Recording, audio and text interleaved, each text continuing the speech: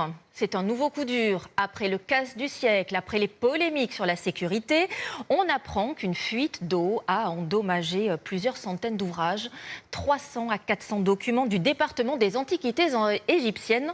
Alors que se passe-t-il décidément dans le musée le plus visité du monde? Pierre Corieux, Marie-Laure Bonnemain et Emma Alonso.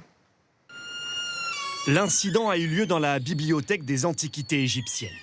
Une salle inaccessible au public. À l'intérieur, des documents utilisés pour la recherche datant du 19 et 20e siècle ont été endommagés par une fuite d'eau. Mais le musée veut rassurer. Ils sont abîmés. Pour certains, il y avait des reliures cuir, des reliures anciennes qui vont devoir être restaurées. Ce ne sont pas des ouvrages patrimoniaux, ce ne sont pas des ouvrages anciens, ce sont des revues. Entre 300 et 400 documents ont été touchés. La fuite d'eau a été découverte le 27 novembre. Le problème vient du réseau hydraulique qui alimente les équipements de chauffage et de ventilation de la bibliothèque. Un prestataire du Louvre a ouvert cette vanne par erreur, alors que ce réseau, en très mauvais état, était coupé depuis plusieurs mois. Ça a été jusqu'à l'étage inférieur où ça aurait pu être beaucoup plus grave puisque un tableau électrique a failli être touché et on sait que de l'eau sur un tableau électrique, c'est jamais très bon, ça peut déclencher un incendie. Des travaux étaient prévus pour remplacer ce réseau hydraulique en septembre prochain. La direction était donc au courant de ce risque.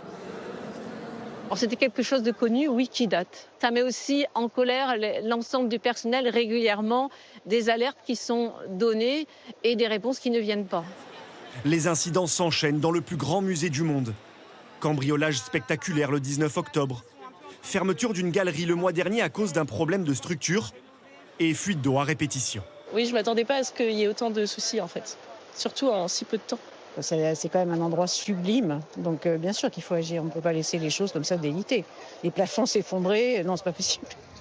Prévu l'année prochaine, le grand projet de rénovation du Louvre s'étalera sur au moins 10 ans et coûtera plusieurs centaines de millions d'euros.